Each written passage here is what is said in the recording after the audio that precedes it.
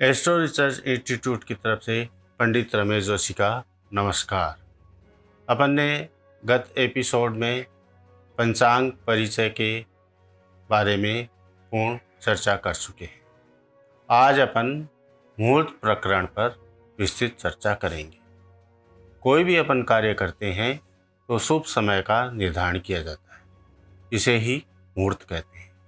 पंचांग जो अपन ने परिचय किया है उसका मुख्य कार्य शुभ समय का निर्धारण करने में ही ये काम आता है। मुहूर्त का निर्धारण करने के लिए किन बातों का विशेष तौर से ध्यान रखना चाहिए उसको मैं विस्तृत रूप से पॉइंट वाइज बताता हूँ। सबसे पहले ये दिमाग में आता है कि भाई जन्म राशि के अनुसार मुहूर्त को देखा जाए या नाम राशि के अनुसार। तो इसमें अपने ज्योतिष शास्त्र में कंसेप्ट क्लियर है कि विवाह सर्व मांगल्ये यात्रा दौ ग्रह गोचरे जन्म राशि प्रधानत्वम नाम राशि न चिंतेत। अर्थात विवाह संबंधित कार्यक्रमों में जन्म राशि एवं यात्रा मुहूर्त में जन्म राशि से मुहूर्त निकालना चाहिए। मतलब जन्म राशि के अनुसार चंद्रमा देख के समय का निर्धारण किया जाना चाहिए। नाम राशि के बारे में जो श्लोक है वो आपको मैं बताता हूँ। देश ग्रामे ग्रहे युद्धे सेवायाम व्यवहार के नाम राशि प्रधानत्वम जन्म राशि न चिंतियत।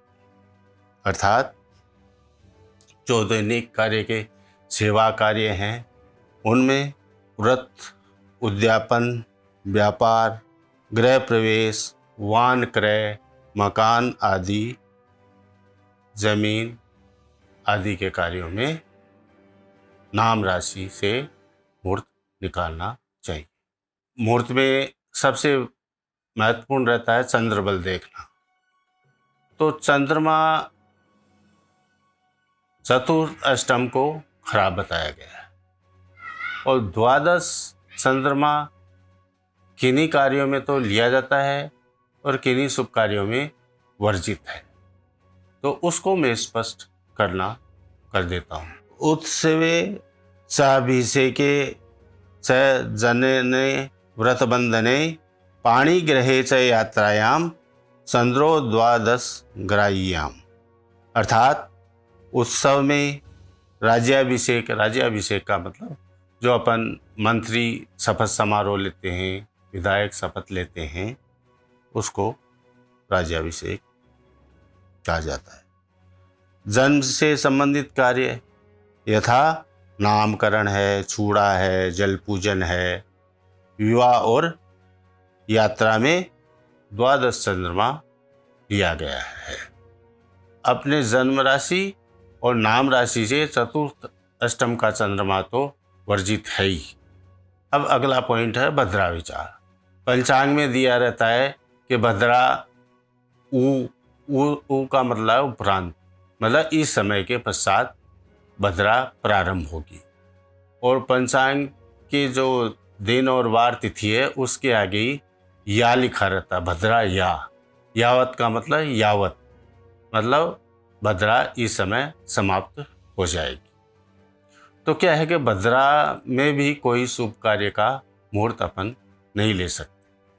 अतः भद्रा को भी देख लेना चाहिए कि अगर भद्रा कहाँ से प्रारंभ हो और कहाँ समाप्त हो रही है, उस दौरान उस मुहूर्त को अपन नहीं करना चाहिए, क्योंकि ये शुभ फलदायी नहीं रहता है। इसलिए मुहूर्त प्रकरण में मुहूर्त देखते हुए अपने को भद्रा का भी बराबर ध्यान रखना है कि भाई इस दिन मुहूर्त निकाल रहे हैं तो भद्रा जिस दौरान अपन समय निर्धारित कर रहे हैं तो उस दौरान भद्रा है या नहीं है, इसको भी ध्यान रखना चाहिए।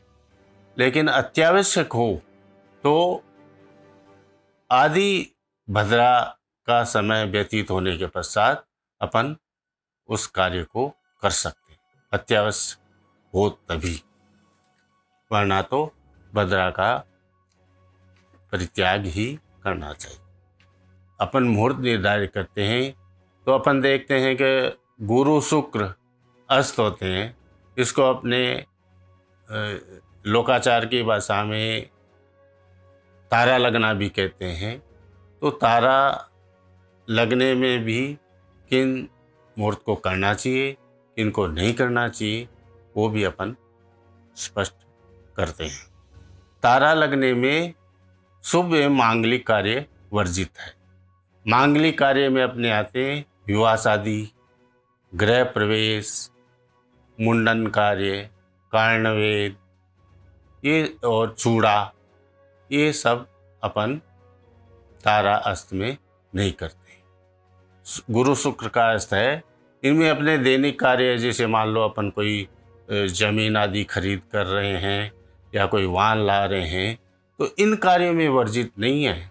केवल जो मांगलिक कार्य है, जैसे विवाह शादी के हैं, चूड़ा मुहूर्त है, गृह प्रवेश है, पाए का मुहूर्त है, ये महत्वपूर्ण कार्य हैं, ये नहीं कर सकते। जैसे दुकान वगैरह का मुहूर्त अपन इसमें कर सकते हैं।